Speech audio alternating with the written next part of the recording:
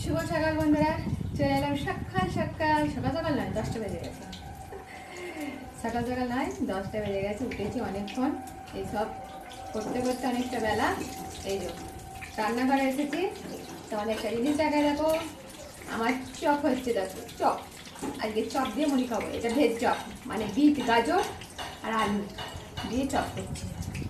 শুধু আলুর চপ নয়, বিট গাজর। এটা ভালো লাগে খেতে।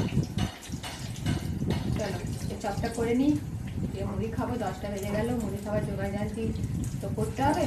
সকালবেলায় হয়েছে, তাহলে স্কুল চলে গেছে। চা খেয়েছি, এখনো চায়ের সসপ্যান বসানো আছে। এখনো চায়ের সসপ্যান চা আছে। এটা আবার মুড়ি খাওয়ার পর বড়বাবুকে দেওয়া হবে। বড়বাবু মানে থাকলো। এদিকে চপটা ভাজাভুজি হচ্ছে, চপ ভাজাভুজি হোক। এটা না হওয়া পর্যন্ত তো আর আমি মানে বেরোতে পারছি না এখান থেকে। কাল থেকে মানে একদিন বলেছিলাম তাহলে চপ করে খাওয়াবো।